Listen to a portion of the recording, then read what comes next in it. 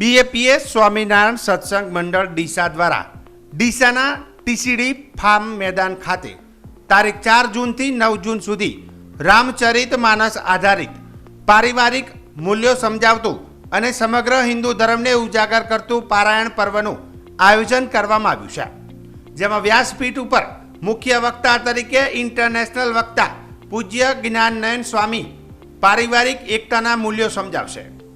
દરરોજ રાત્રે 8:30 થી 10:30 વાગ્યા સુધી પૂજ્ય સ્વામીજી સનાતન હિન્દુ ધર્મ અને પારિવારિક એકતા દ્રઢ કરવા રામચરિત માનસ આધારિત મૂલ્યો સમજાવશે.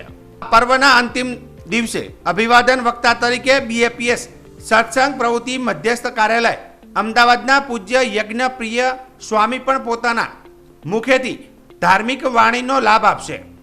સમગ્ર પર્વમાં પરિવાર અને મિત્ર મંડળ સાથે બહોળા પ્રમાણમાં પધારી આ પારાયણ પર્વનો લાભ લેવા સાધુ ઉત્તમ પ્રિયદાસ તથા સાધુ નિત્ય સેવાદાસજીએ સમગ્ર ડીસાવાસીઓને અનુરોધ કર્યો છે.